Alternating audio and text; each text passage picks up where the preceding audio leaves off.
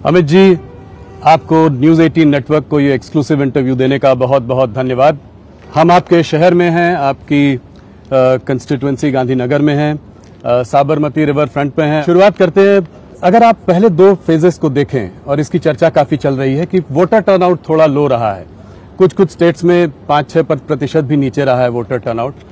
तो 400 पार का आपका नारा है, 370 भारतीय जनता पार्टी, तो क्या गाड़ी पटरी पे है? कहीं ऐसा तो नहीं कि कुछ रेल पटरी से पटरी पे है जी। आप परिणाम के दिन देख लेना, 12:30 बजे के पहले एनडीए 400 पार कर जाएगी, मोदी जी फिर से प्रधानमंत्री होंगे। जो लोअर टर्नआउट है, इसके बहुत सारे कारण हैं। 12 साल के बाद मतदाता सूची का शुद्धिकरण हुआ है, एक। दूसरा कारण है कि सामने से कोई लड़ाई ही नहीं है, जिसके कारण टर्नआउट पर एक प्रकार से इफेक्ट होता है। मगर हमारी पार्टी की टीम ने, मैंने स्वयं बहुत डिटेल एनालिसिस किया है। हम 2 चरण में 100 पार कर 100 से भी कई अधिक सीटें जीत के साथ आगे बढ़ रहे हैं तीसरे चरण में। तो मुझे 400 पार के लक्ष्य में कोई दिक्कत नहीं दिखाई पड़ती। पहले शुरुआत करते हैं अमित जी मुद्दों पर। कौन से ऐसे मुद्दे हैं जिनको लेकर भारतीय जनता पार्टी आज तीसरी बार लोगों के बीच जा रही है? किन उपलब्धियों को आप संक्षेप में बताएं कि किन उपलब्धियों को लेकर आप जनता के बीच उतर रहे हैं? देखिए, सबसे पहले इस देश में से आतंकवाद और नक्सलवाद, ये 2 ऐसी समस्याएं थी जो कई दशकों से देश के लोकतंत्र के लिए और देश के डेवलपमेंट के लिए नासुर बनी हुई थी। नरेंद्र मोदी जी ने 10 साल के अंदर लगभग आतंकवाद से 100% निजात पाई है, और नक्सलवाद से आप कह सकते हैं 95% तक इसको समाप्त कर दिया है। आज बिहार, झारखंड, मध्य प्रदेश, उड़ीसा, तेलंगाना, आंध्र प्रदेश, महाराष्ट्र, ये 7 राज्यों में से नक्सलवाद पूर्ण रूप से समाप्त हो चुका है। छत्तीसगढ़ के 4 जिलों में बचा है, वहां पर भी अब भारतीय जनता पार्टी की सरकार बनी है, और विगत 3 महीनों के अंदर ही लगभग 100 नक्सलवादी मारे गए। मुझे पूरा विश्वास है मोदी जी के तीसरी बार प्रधानमंत्री बनने के बाद 1-2 साल में ही देश नक्सलवाद से मुक्ति पा लेगा। दूसरा बड़ा इश्यू है, देश की इकोनॉमी सब दृष्टि से चरमराई हुई थी।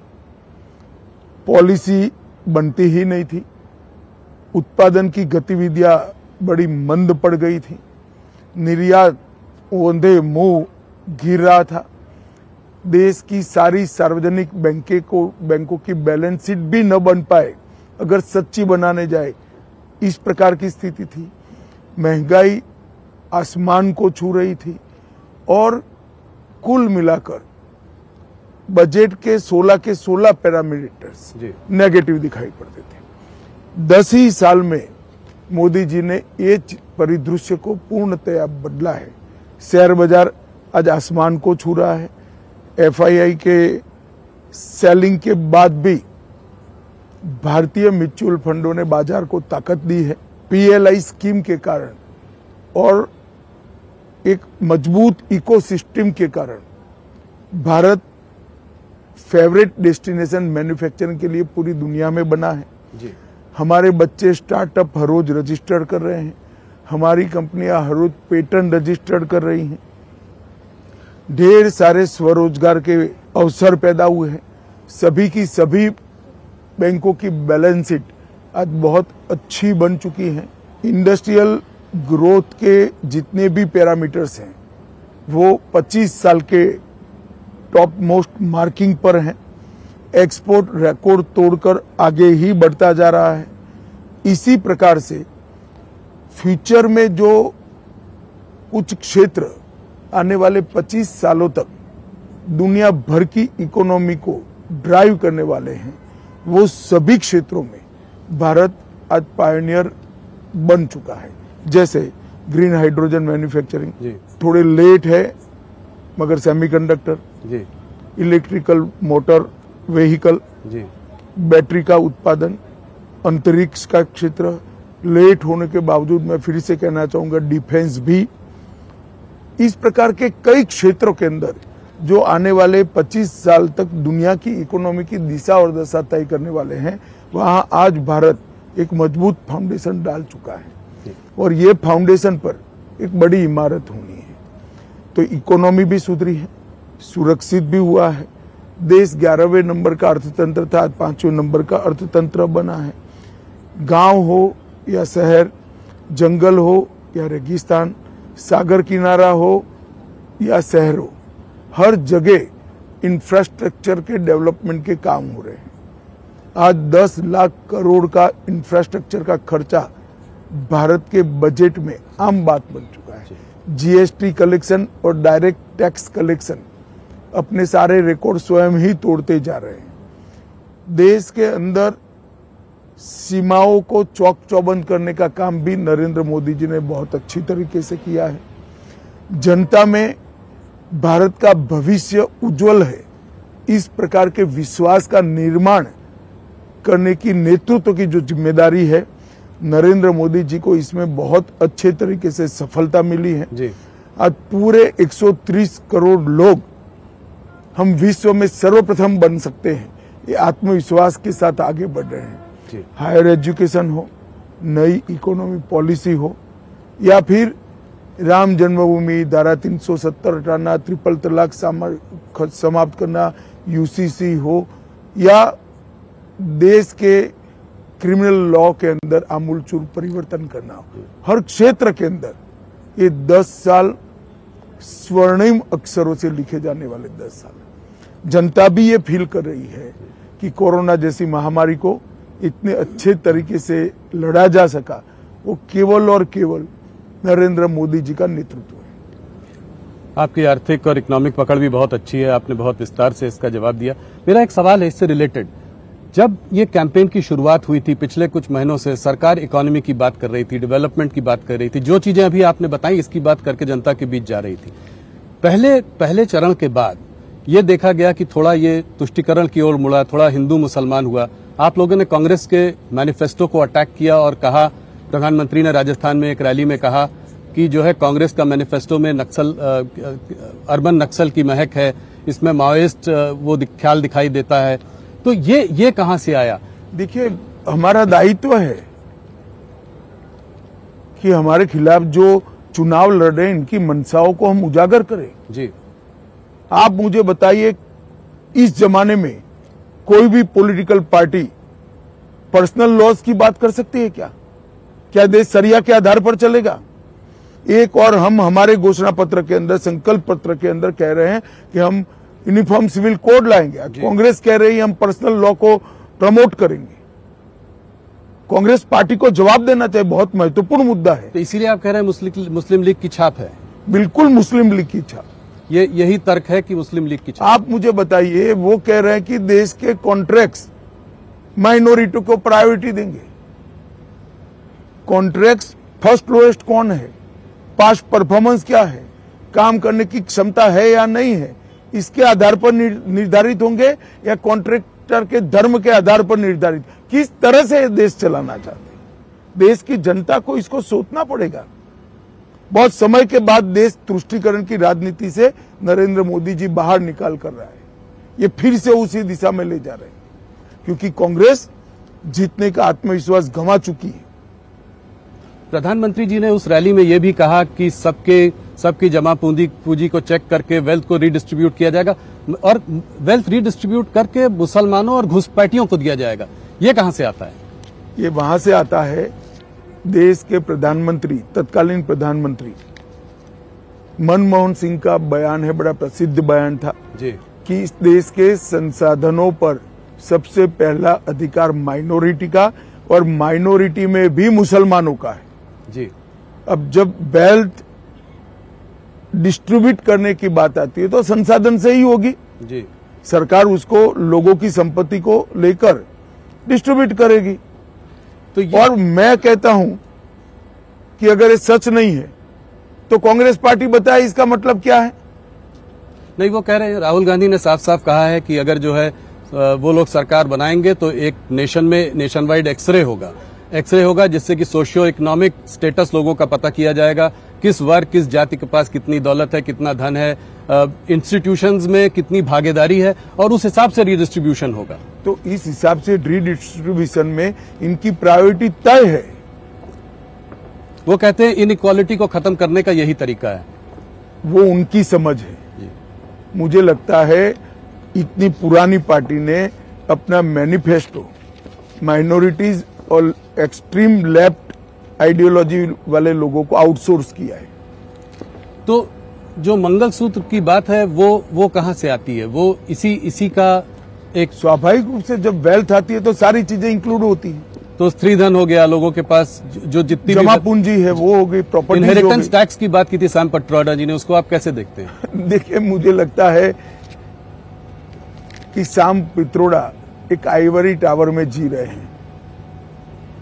इनको इस देश के संस्कार, इस देश की जनता का मूड और इस देश की परंपराओं से कोई लेन देन नहीं। तो आप कभी नहीं लाएंगे इसको, इनहेरिटेंस टैक्स को, विरासत टैक्स कभी नहीं लाएंगे? हमने हमारा संकल्प पत्र जनता के सामने पारदर्शिता के साथ रख दिया। इसमें सारी बातें, हम कुछ छिपा कर नहीं करेंगे। एक और बात जो है, जो चर्चा में है इस वक्त, वो ये है कि मैनिफेस्टो को कांग्रेस के देखते हुए आप लोग कह रहे हैं कि ये ओबीसी रिजर्वेशन को काटकर मुसलमानों को दे देंगी। इस मैनिफेस्टो नहीं, ये कर चुके हैं जी। कर्नाटक में उनकी सरकार थी, रातों रात कर्नाटक के सारे मुसलमान को बैकवर्ड बना दिया।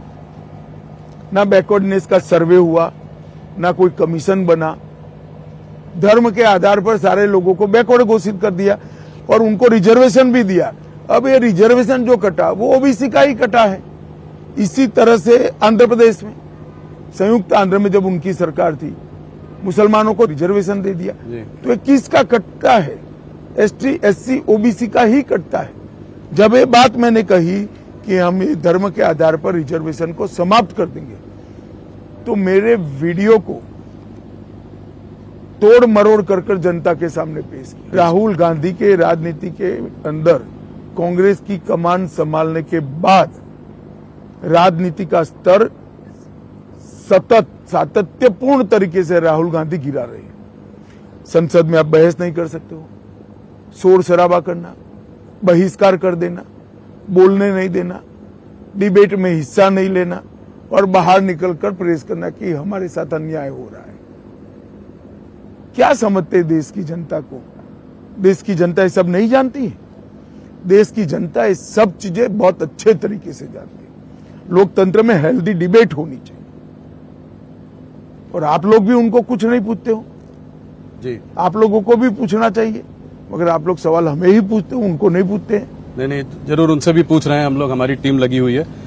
एक बात जो है कास्ट सेंसस की है, इसी से जुड़ा हुआ सवाल है। कास्ट सेंसस की है, उसके बारे में वो बात करते रहते हैं, कहते हैं जितनी आबादी उतना हक। इसको आप कैसे देखते हैं? कितने साल तक इस देश में कांग्रेस का शासन रहा? 55 साल तक रहा, कभी नहीं कराया। अब जब लगातार हार रहे हैं तब ये सारे चीजों को वो बोल रहे हैं। इनकी मंशा नहीं है। इस देश में पिछड़ा वर्ग विरोधी कोई पार्टी है तो एकमात्र पार्टी है कांग्रेस पार्टी। काका साहेब कालेलकर कमीशन को इन्होंने सालों तक ओपन ही नहीं किया जी। मंडल कमीशन को दबा कर रखा जी। सेंट्रल के इंस्टीट्यूशन में ओबीसी को, पिछड़ा वर्ग के लोगों को रिजर्वेशन नहीं दिया। जब मंडल कमीशन लागू हो रहा था, विपक्ष के नेता के रूप में राजीव गांधी ने 2 घंटे का विरोध का भाषण कराया। राहुल गांधी ने जरा वो भाषण पढ़ लेना चाहिए। और हमने तो देश को सबसे सफल प्रधानमंत्री पिछड़ा वर्ग से और गरीब के घर से पैदा हुआ नेचुरल लीडर नरेंद्र मोदी हमने देने का काम किया। नैरेटिव बनाने की ये कोशिश है कि 400 पार अगर आ जाएगा तो बाबा साहब का कॉन्स्टिट्यूशन आप चेंज करेंगे, उसके बाद फिर ओबीसी, एससी, एसटी के जो है रिजर्वेशन के संग आप लोग कुछ वो बदलाव करेंगे। देखिए, नैरेटिव बनाने की कोशिश। राहुल जी, हमारे पास 10 साल से बहुमत है जी। संविधान बदलने की क्षमता नरेंद्र मोदी जी को 10 साल से इस देश की जनता ने दी है। हमने क्या किया 10 साल? हमने कभी रिजर्वेशन को समाप्त करने का अटेम्प्ट नहीं किया। हमने ये बहुमत का उपयोग धारा 370 हटाने में किया, ट्रिपल तलाक समाप्त करने में किया, यूसीसी लाने में किया, अंग्रेजों के कानून बदलने में किया, कश्मीर के अंदर शांति करने में किया। हमारे पास 10 साल से अधिकार है। राहुल गांधी का एक रूल है, झूठ बोलो, जोर से बोलो और बार बार बोलो। वो रूल को वो फॉलो कर रहे हैं। आपके पिछले कार्यकाल में आप लोगों ने काफी बड़े काम किए। आपने आर्टिकल 370 को रद्द किया, आपने सीएए को इम्प्लीमेंट किया, क्रिमिनल प्रोसीजर लॉ लाए, आपने तमाम इस तरह के बड़े काम किए। पर अगर आज आप ऑपोजिशन को देखें तो काफी ऑपोजिशन वाले कहते हैं कि जो है ये जो 370 को जो है वो वापस लाएंगे, कहते हैं सीएए हम इम्प्लीमेंट नहीं होने देंगे। और सारे बड़े नेता ममता बनर्जी, चिदम्बरम जी, ये सब इस तरह की बातें करते हैं। तो इसको आप कैसे देखते हैं, क्या कहना चाहिए? देखिए, इनके माइनॉरिटी के वोट प्राप्त करने का टोटका है। उनको न सत्ता में आना है, न 370 को वापिस आना है, न उनको सत्ता में आना है, न सीएए रद्द होना है। उनको भी मालूम है, मगर वो माइनॉरिटी अपीसमेंट कर कर माइनॉरिटी के वोट अंकित करना चाहते हैं। एकमात्र कारण से झूठ फैला रहे हैं। मैं इस इंटरव्यू में देश की जनता को आपके माध्यम से बताना चाहता हूं, राहुल जी, भारतीय जनता पार्टी का एक भी सांसद संसद में जब तक है 370 फिर से नहीं आ सकता, सीएए समाप्त नहीं हो सकता। अब ये इतिहास का हिस्सा बन चुका है 370, और सीएए वास्तविकता बन चुका है। सिर्फ आपने इसको जल्दीबाजी में इम्प्लीमेंट कर दिया कि इससे कुछ नागरिकता भी लोगों को मिलेगी? और ये कब तक पॉसिबल होगा, इसका क्या टाइम फ्रेम है? देखिए, एप्लीकेशन आना शुरू हो गया है, रूल्स के हिसाब से इसकी स्क्रूटिनी हो रही है। मुझे लगता है चुनाव के पहले ही, मतलब अंतिम मतदान के पहले ही नागरिकता देने की शुरुआत हो जाएगी। आप लोग, Amit ji, uniform civil code की बात कर रहे हैं, कांग्रेस जो है पर्सनल लॉस की बात कर रहा है। इसको आप कैसे देखते हैं? ये वोट कहीं ना कहीं आप लोग अपना अपना वोट साध रहे हैं। अपना अपना वोट नहीं, यूनिफॉर्म सिविल कोड हमारे संविधान का मैंडेट है जी। गाइडिंग प्रिंसिपल्स जो है, हमारे मार्गदर्शक सिद्धांत जो संविधान ने हमारे लिए बनाए, उसमें लिखा गया है कि देश के विधानमंडल और देश की संसद ने उचित समय पर यह प्रयास करना होगा कि इस देश में यूनिफॉर्म सिविल कोड लागू हो। मुझे लगता है उचित समय आ गया है, और यह आज से हम नहीं कह रहे जी। हमारी पार्टी बनी इसके पहले घोषणा पत्र में था कि देश में धर्म के आधार पर कानून नहीं होना चाहिए, यूनिफॉर्म सिविल कोड होना चाहिए। अगर ये देश पंथ निरपेक्ष है तो धर्म के आधार पर कानून कैसे हो सकते हैं? जी, नहीं होने चाहिए। इधर बीच घुसपैठियों की बात हो रही है। आपने सीए इम्प्लीमेंट किया, मैनिफेस्टो में एनआरसी की कोई चर्चा नहीं है, ऐसा क्यों? देखिए, सीए का इम्प्लीमेंटेशन कोविड के कारण लेट हुआ है, और हम मानते हैं कि पहले सीए को जमीन पर उतारना चाहिए। वो प्रक्रिया अब चल रही है, और जहां तक घुसपैठ का सवाल है, अब देश के एक ही राज्य से घुसपैठ हो रही है, बंगाल से जी। क्योंकि ममता बनर्जी की सरकार का उस पर वृहद हस्त है। वो घुसपैठियों में अपनी वोट बैंक दिख रही है। उनको घुसपैठ में राष्ट्रीय सुरक्षा खतरे में है वो नहीं दिखाई पड़ता है। उनको लगता है कि मेरे वोट बढ़ रहे हैं। न केवल बंगाल, समग्र देश के लिए ये बहुत खतरनाक सोच है। मैं बंगाल की जनता को हृदय से अपील करना चाहता हूं कि इस बार भारतीय जनता पार्टी को सफल बनाइए, इसके बाद वहां भाजपा सरकार बनाइए। हम ऐसी बॉर्डर बनाएंगे कि परिंदा भी पैर नहीं मार पाएगा। इसीलिए सीए का दमखम से वो विरोध भी कर रही है। वो इसीलिए वो कर रही है। वो कह रही है कि जो है हम सीए कभी इम्प्लीमेंट नहीं होने देंगे। उनको मालूम नहीं है नागरिकता सेंट्रल सब्जेक्ट है, इसमें स्टेट को कुछ करना ही नहीं है। शायद मालूम है, मगर माइनॉरिटी को गुमराह करने के लिए वो बोल रही। अमित जी, 22 जनवरी को राम मंदिर में प्राण प्रतिष्ठा हुई, ये आपका एक बहुत बड़ा वादा था जो आपने निभाया। मगर ऑपोजिशन ये कहती है कि आज इस चुनाव में आप राम के नाम पर वोट मांग रहे हैं। देखिए, राम के नाम पर तो वोट तब मिलता था जब मंदिर नहीं बना था और हम कहते थे हम बनाएंगे। हमने तो वोट लेने का कारण ही समाप्त कर दिया। ऑपोजिशन को चिंता इसलिए है और पूरा देश उनसे नाराज इसलिए है कि जब राम मंदिर बना, शांतिपूर्वक तरीके से बना, संवैधानिक रूप से बना और प्राण प्रतिष्ठा हो रही थी, इन्होंने प्राण प्रतिष्ठा का बहिष्कार किया। माइनॉरिटी के डर से वो प्रभु श्री राम की प्राण प्रतिष्ठा में नहीं गए, इसलिए पूरा देश उनसे नाराज है। माहौल चुनाव का है और आप हमारे साथ हैं। आपके प्रेडिक्शंस जो है, बहुत दिनों तक बात करते हैं लोग कि अमित जी ने पहले ये बोला था, ये सही हुआ। तो कुछ स्टेट्स पर जाते हैं, गुजरात में हैं आपके साथ, तो गुजरात से शुरुआत करते हैं। पिछले 2 चुनावों से 26 में 26 सीटें आ रही हैं। क्या इस बार हैट्रिक करने की आपको पूरी उम्मीद है? निश्चित रूप से गुजरात में हम 26 की 26 सीटें जीतेंगे। सब और मार्जिन भी सब सीट पर हमारे 19 के चुनाव से ज्यादा होंगे। कर्नाटका की ओर चलते हैं। कर्नाटक का चुनाव आपके लिए बहुत अहम है। पिछली बार आप लोगों की वहां बड़ी जीत हुई थी। स्टेट असेंबली इलेक्शंस में आपकी हार भी हुई है हाल फिलहाल में। तो ऐसे में आप कर्नाटका को कैसे देखते हैं? खास करके अभी एक बहुत देवन्ना जी का एक आपने बयान भी दिया है। तो आप जो प्रताड़ित महिलाएं हैं, जो उसको आप कैसे देखते हैं? क्या क्योंकि वो आपके जो वहां पे सदस्य हैं, आपका वहां उनसे अलायंस है, तो आप कोई अलायंस के प्रेशर में आ जाएंगे? क्या कठोर कदम उठाएंगे आप? कठोर से कठोर कदम उठाने चाहिए, मगर प्रियंका जी और राहुल जी ये कह रहे कदम क्यों उठाए नहीं जा रहे हैं। शायद उनको मालूम ही नहीं है पोजीशन। स्टेट का law and order state government को संभालना होता है और वहां उनकी सरकार है। कदम उनको उठाना है, हमें नहीं उठाना है जी। परंतु भारतीय जनता पार्टी इस घटना की घोर निंदा करती है और किसी भी हालत में कोई भी हो, इसको सहन नहीं किया जा सकता और कठोर से कठोर कदम उठाने चाहिए। तो अलायंस का कोई प्रेशर नहीं है, कोई उसके दबाव में आप कभी नहीं आएंगे इस मामले में? ना हम पर दबाव है, ना हम दबाव में आएंगे। एक और कांड हुआ था, नेहा हिरामत वाला किस्सा, जिसको कि एक लव जिहाद का कलर मिला है। कलर नहीं भाई जी, ये पक्का मामला ही लव जिहाद का है।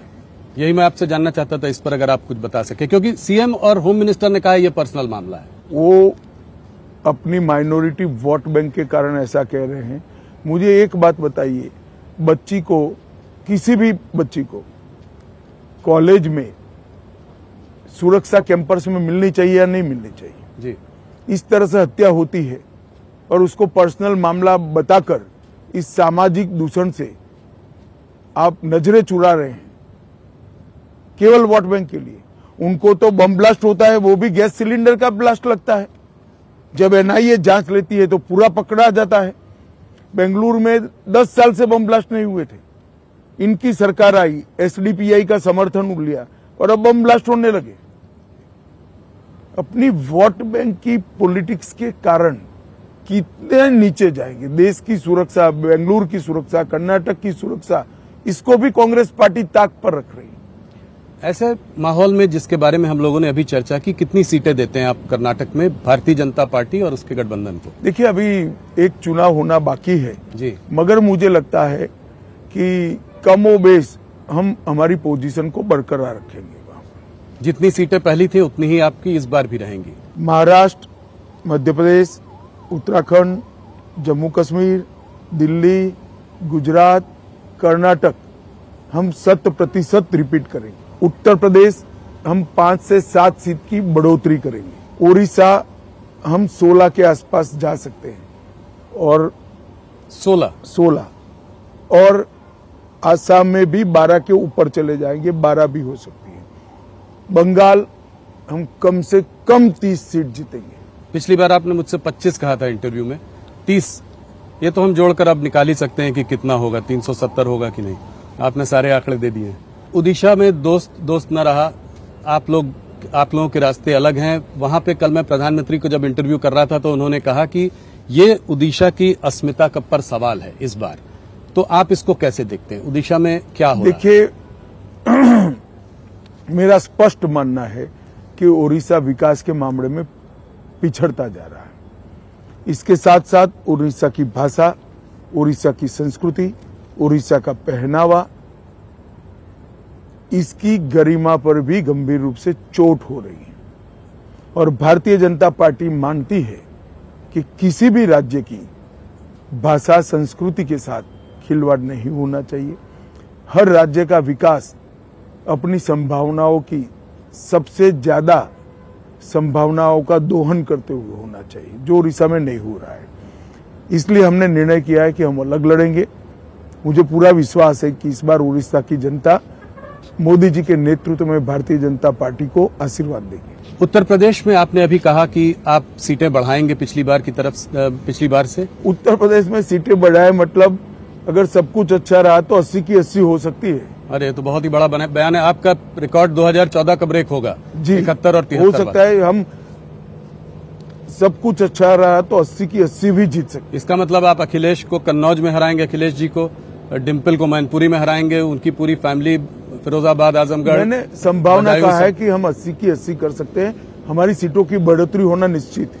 अमित जी, अभी हम लोग कुछ दिन बिहार में थे तो वहां पे ये देखा गया है कि जो तेजस्वी और जो गठबंधन साथ में इनके साथ लड़ रहा है, वो इस बार आपकी कुछ सीटों में कुशवाहा वोट काटने की कोशिश कर रहा है। कोई सवाल ही नहीं पैदा होता। तो बिहार में आप कॉन्फिडेंस है कि आप रिपीट करेंगे जिस तरह का आपका परफॉर्मेंस था?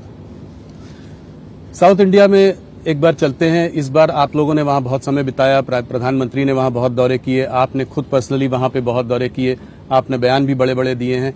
तो साउथ इंडिया, एक अगर पूरा साउथ का सीन ले लें तो अगर 129-130 सीटों में आप कितनी सीटें देखते हैं? पिछली बार आपकी कर्नाटक और साउथ के चारों राज्यों को मिलाकर हम कांग्रेस से तो आगे ही जाएंगे। कुल मिला के कितनी सीटें? क्या केरला, तमिलनाडु में खाता खुलेगा? हम बहुत अच्छा चुनाव लड़े हैं जी, खाता तो निश्चित रूप से खुलेगा, परंतु सीटों का अनुमान लगाना वहां इसलिए दिक्कत है कि बड़ी कांटे की टक्कर हुई है। पर दोनों प्रदेशों में, मतलब तमिलनाडु में भी खुलेगा, केरला में भी खुलेगा। और तेलंगाना और आंध्र को कैसे देखते हैं आप? आंध्र प्रदेश में हमारा अलायंस है, हम बहुत अच्छा चुनाव लड़ रहे हैं, अभी शुरुआत है। और तेलंगाना में तो हम लोकसभा में बहुत अच्छा परफॉर्मेंस करेंगे। हमारी अब तक की हाईएस्ट सीट हम वहां से जीतेंगे। अमित जी, एक सवाल और, इस चुनाव के पहले 2 सीएम जो है अरेस्ट हुए हैं। केजरीवाल जी अरेस्ट हुए, वो तो अभी भी मुख्यमंत्री हैं, हेमंत सोरेन जी भी अंदर हैं। सुप्रीम कोर्ट ने ईडी से टाइमिंग ऑफ अरेस्ट पर क्वेश्चन उठाया है, तो इसको आप कैसे देखते हैं? नहीं, देखिए, ईडी सुप्रीम कोर्ट के सामने एक्सप्लेन करेगी जी, मगर मैं बताना चाहता हूं, ये हॉट समन के बाद हाजिर नहीं हुए।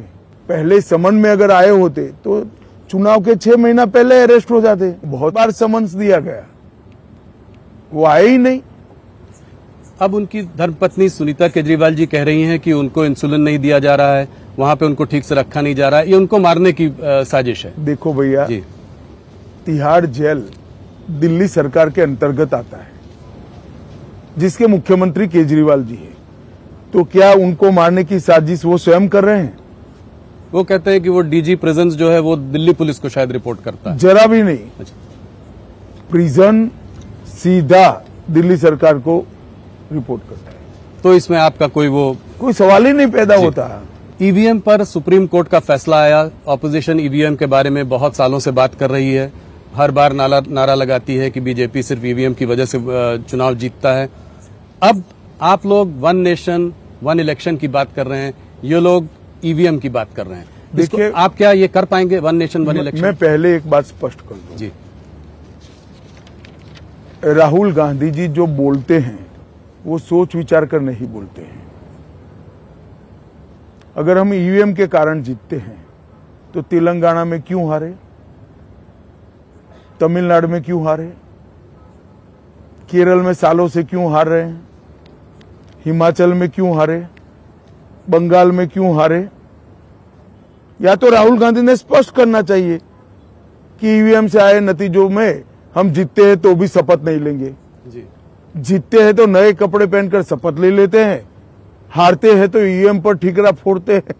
किस प्रकार की राजनीति है भैया? जब आप जीतते हो तब ईवीएम सही है, जब हारते हो तो ईवीएम नकारा है। क्या देश की जनता ये सब नहीं समझती? क्या देश की जनता इसको समझती है? मगर मुझे तो आश्चर्य हो रहा है, इतनी बड़ी पार्टी अपने नेता के एडवाइजर क्यों नहीं बदलती है। मैं दूर से देखता हूं, मुझे आश्चर्य होता है।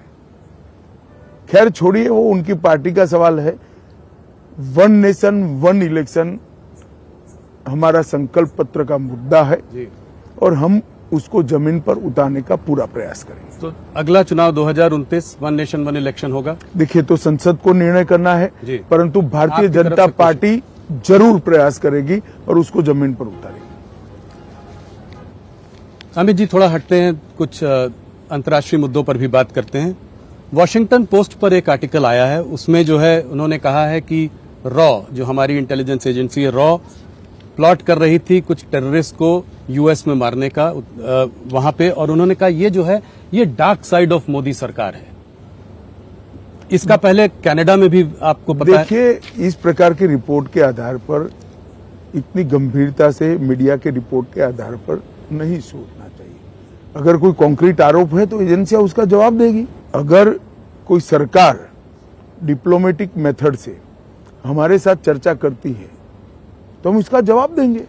कनाडा में निज्जर के मर्डर पे भी ये बात हुई थी कि जो है ऐसे आरोप मीडिया में लगने से मैं नहीं मानता कोई गंभीर सवाल खड़े होते। इसी से जुड़ा हुआ एक और रिपोर्ट आई थी, वो गार्डियन पब्लिकेशन में थी। उसमें था कि पाकिस्तान में 20 टेररिस्ट को जो है इंडिया ने, फिर रॉ की बात थी, कुछ लोगों को इस्तेमाल करके वहां पे उनको मारा, टेररिस्ट को वहां पे मारा पाकिस्तान सॉइल में। इसको आप क्या कहेंगे?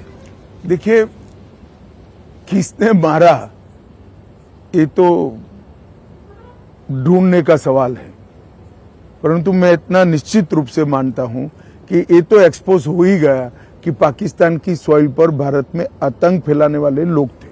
प्रधानमंत्री जी भी कह रहे हैं, आपके काफी वरिष्ठ नेता भी कह रहे हैं कि अब ये भारत वो भारत नहीं रहा जो कि खड़ा होकर साइड से तमाशा देखेगा। ये भारत वो है जो घर में घुस कर मारता है। इस पर आपका क्या विचार है? निश्चित रूप से सर्जिकल स्ट्राइक और एयर स्ट्राइक करने के बाद पूरी दुनिया समझ गई है कि भारत की सीमा और भारत की सेना इसके साथ छेड़खानी नहीं करते, वरना जवाब मिलता है।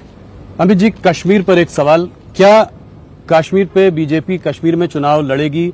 आपने कहा है कि आप वहां पर आवाम का दिल जीतना चाहते हैं, तो ये सीधा सवाल है, इसका आप क्या जवाब देंगे? अभी पार्टी ने तय नहीं किया है, पार्टी तय करेगी, परंतु हम जम्मू में परंपरागत रूप से लड़ते ही रहे। ऑपोजिशन की नींद उड़ाने में के लिए आप जाने जाते हैं, आप सो पाते हैं कि नहीं? मैं कभी नेगेटिव सोच के साथ काम नहीं करता। मैं मेरी पार्टी को जिताने के लिए काम करता हूं। हाँ, इससे किसी की नींद उड़ती है तो वो उनका प्रॉब्लम है।